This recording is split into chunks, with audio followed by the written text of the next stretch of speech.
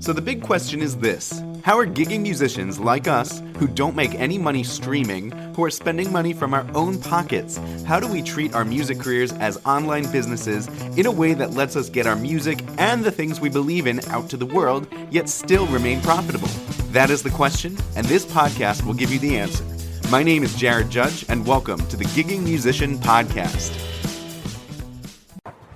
What's up, gigging musicians? It's Jared Judge, and today I wanted to talk about funnels. So when I was starting my string quartet, I realized very early on that I needed a really good web presence, and so that was the first thing I focused on.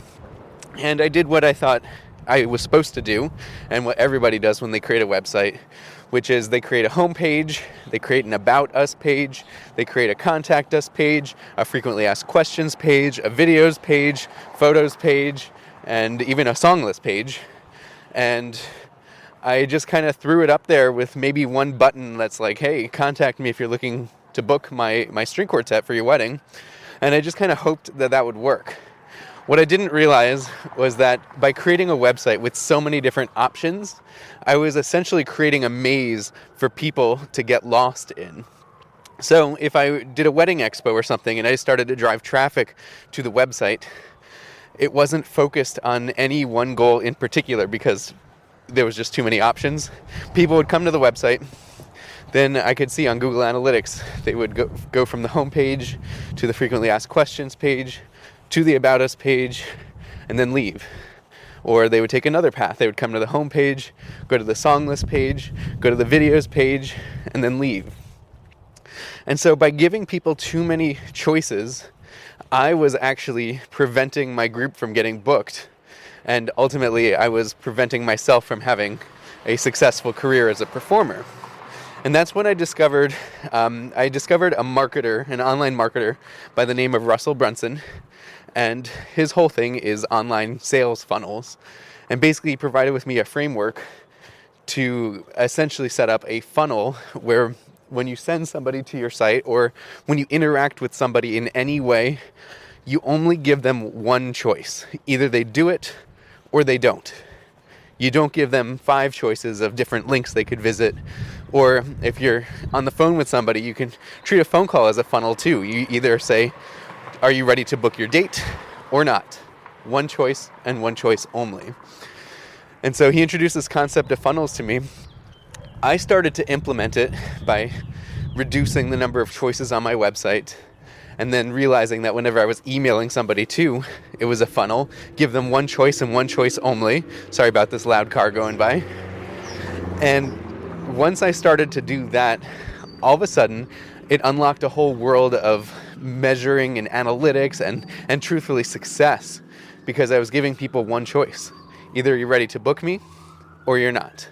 Are you? Yes or no? And so by basically getting rid of the maze, making it so that people only had one choice, I was getting more bookings. I also got rid of the tire kickers, the people who weren't ready to book. They were no longer like just dilly-dallying, spending time on my page, or even wasting my time by sending constant back and forth emails, or, wasting my time on phone calls, because I started treating everything as a funnel. They either had the choice to book me or not. And so I started to think about this in other ways too, like emails, like I mentioned. For many people, like, a funnel is not just about booking. A funnel is about giving people the choice to take the appropriate next step at the right time or not. So not only did it help me get more bookings, but as I'm building out BookLive Pro, the software, I realized that, a big part of my funnel for when people book me is the contract. So I send people a contract just because that's the only way that I will secure a gig's date. I will not accept a gig verbally. I have to get it in writing. And so I realized that I was introducing a contract funnel to these people where I would send them a link to my page. I would send a link to my contract page, and they would read the contract, and then either they would sign it or they wouldn't. And so that was a funnel right there. I was giving them the choice of signing it or not. So now the goal becomes, how do I eliminate any other distractions from that contract page? Is there like any links on the footer that they could accidentally get lost in? Are there links on the header that they could accidentally click and then not sign the contract? Luckily, the contract typically has a pretty high conversion rate. I'm introducing the word conversion rate because that's how you measure the success of a funnel. What percentage of people take the required action? So contract has a pretty high conversion rate already, but I realized even just recently, like, I treat the contract and then the initial payment as a funnel. So the first required action is signing the contract. The second required action for my clients, and for yours it should be too if it's not already, is immediately after they sign the contract, I need them to pay me a deposit. So I take a 25% deposit via credit card, and I realized even just yesterday, looking at my contract funnel that's built into Book Live Pro, that there could be some improvements, because sometimes I will have to chase down people for that deposit payment.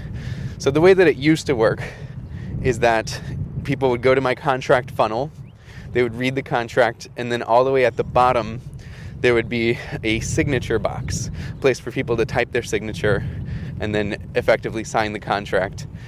Only once they got all the way to the bottom of the page, they would do that and then click the Sign Now button. Then on that very same page, a credit card box would appear with a couple buttons to either pay the deposit or pay the full amount, which, keep in mind, this is already a huge improvement compared to what most musicians have set up. But I realized that I was losing people between those two steps. And the reason was because once they signed the contract, sometimes the page would like scroll back to the top at the top of the contract, and the credit card box was all the way at the bottom. And so they would require the user to scroll down, which would lower my conversion rate of people who signed my contract to paying their deposit. So I'm currently in the process of redesigning this, and also making some improvements to the contract page itself. But now that I'm clear that I have a contract funnel, I'm going to do everything that I can to optimize it so that once somebody signs the contract, it takes them to a page where the only choice is to pay the deposit or not. They shouldn't be able to review their contract on that page. That's just a distraction, and honestly, we don't want people to have to scroll down to it. It should be the easiest thing for them to do is to pay the invoice. So that's currently in progress right now. We're, as you might know, we're always tweaking Book Live Pro, trying to make it better for users like you and me.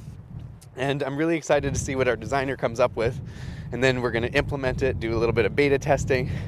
And I expect conversion rate to actually be much higher because we're treating the contract and invoicing as a funnel. So think about how all the interactions that you do with booking your band or booking yourself and then planning the gig and even getting to the gig is a funnel. So when you're reaching out to musicians to play with you, to get them to respond, that's a funnel. Either they respond or they don't. One choice, not distractions.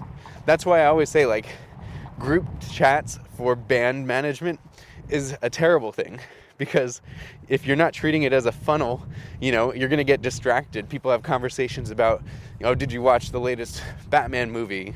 And then you're trying to do business in the same thread. That is not an effective funnel. That has a low conversion rate. Treat it as a funnel.